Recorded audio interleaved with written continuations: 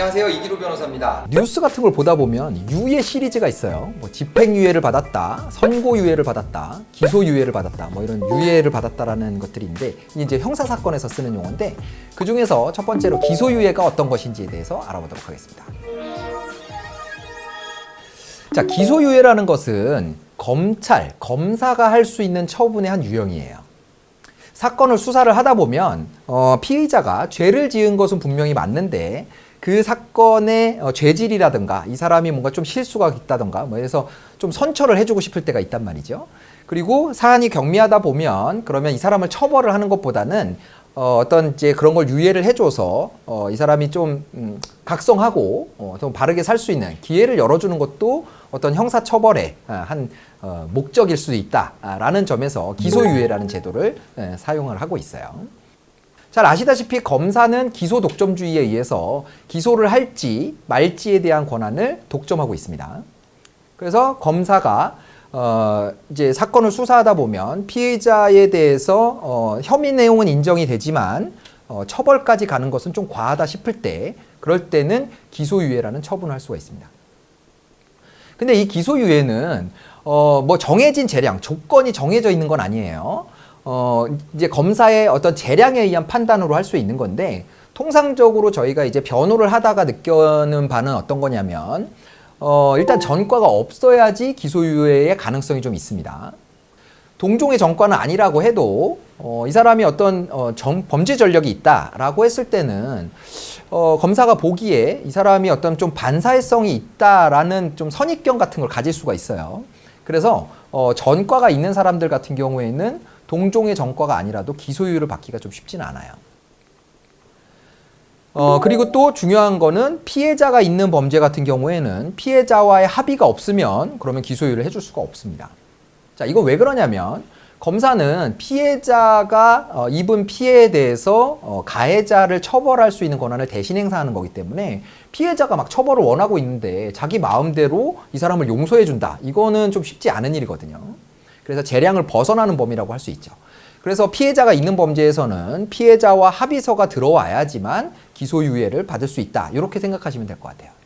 그리고 기소유예를 받게 됐을 때는 재판에 넘겨지지 않는다라는 뜻입니다. 기소라는 거는 재판에 법원에다가 이 사건을 서류화해서 올린다라는 뜻인데 기소를 유예한다라는 거는 법원까지 재판을 보내지 않겠다. 이 사람의 사건은 내가 그냥 마무리 짓겠다라는 의미로 생각하시면 돼요.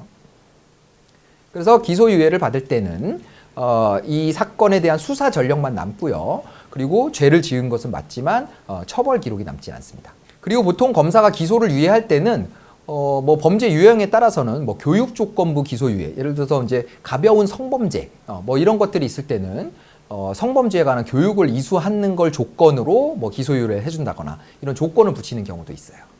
그리고 제가 이렇게 사건을 하다 보면 이 기소유예를 받고도 불만을 가지시는 분들이 생기는 경우가 있어요. 자, 그건 어떤 경우냐면 나는 죄가 없는데 기소유예는 죄가 있다라는 전제에서 하는 처분이란 말이죠. 죄가 없다면 무혐의 처분을 해야 되는데 가끔 증거가 애매하거나 아니면 피해자가 무죄를 주장을 하는데 이게 과연 기소해서 유죄를 받을 수 있을지 뭐 이런 이제 판단이 섰을 때 가끔씩 검찰에서 기소유예 처분을 하는 경우가 있어요. 근데 이렇게 나는 무죄라고 생각을 하는데 기소유예 처분을 받았다라고 하면 억울할 수 있겠죠. 말씀드린 것처럼 내가 혐의가 없는 것이 아니고 죄는 인정이 되는데 그냥 봐줄게 라는 의미란 말이죠. 그래서 이런 경우엔 다툴 수 있는 방법이 굉장히 제한적입니다.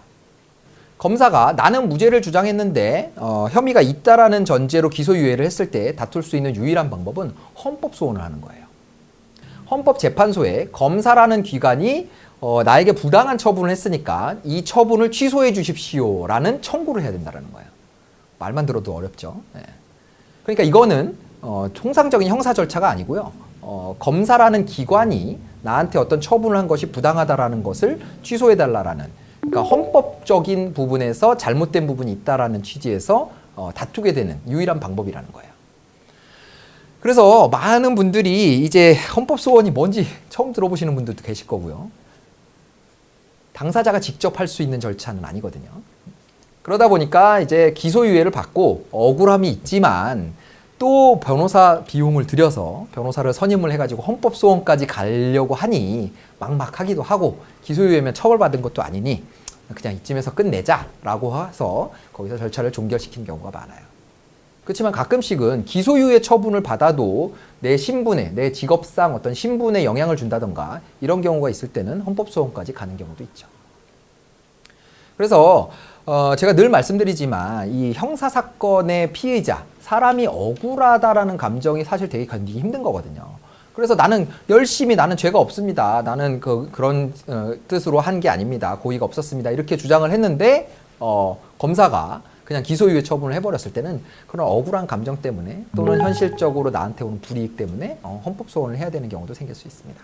그러나 어쨌든 기소유예를 받았다라는 것은 형사처벌을 받지 않는다라는 거고요. 근데 신분상의 불이익이 생기는 경우는 극히 드뭅니다. 그리고 범죄 전력이 아니기 때문에 내가 뭐 여권을 발행받는다던가 이런 걸 했을 때는 이런 수사를 받아서 기소유예를 받았다라는 기록이 나오지는 않아요. 어떨 때 나오냐? 수사기관에서 또 수사를 받을 때 그때는 수사 경력이라는 걸 보거든요. 거기에는 기소유예 전력도 나와 있습니다. 그래서 여러분들이 만약에 어떤 뭐 혐의에 연루가 돼서 사건을 진행하다가 피해자랑 합의를 보고 기소유예를 받았다라고 하면 기본적으로는 이제 혐의 내용이 인정이 된다고 했을 때는 되게 다행스러운 일인 거고요. 아마 형사 수사를 받으면서 피해자로서 받을 수 있는 가장 가벼운 처분이 기소유예라고 생각하시면 됩니다. 근데 내가 그런 행위 자체가 내가 그런 행위 자체를 하지 않았다거나 아니면 이게 혐의가 될 내용이 아니다라고 주장을 했는데 기소유예를 받았다라고 했을 때는 그런 부분에 대한 불복 방법은 헌법소원이 있다는 거, 이것까지 알고 계시면 될 것 같아요. 오늘 생활법문 팩에서는 기소유예가 어떤 것인지 어떻게 어떤 의미를 가진 것인지에 대해서 알아봤고요. 다음 시간에 다른 주제로 찾아오도록 하겠습니다. 구독, 좋아요, 알림 설정 눌러주시고요. 이렇게 변호사였습니다. 감사합니다.